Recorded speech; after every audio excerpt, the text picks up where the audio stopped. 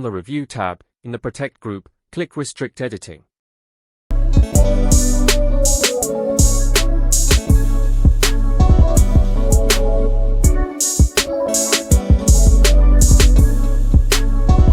In the Editing Restrictions area, select the Allow only this type of editing in the document checkbox.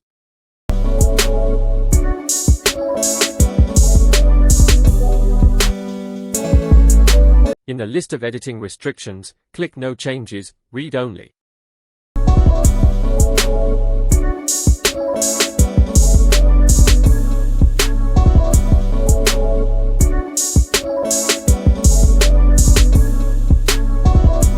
Under Start Enforcement, click Yes, Start Enforcing Protection.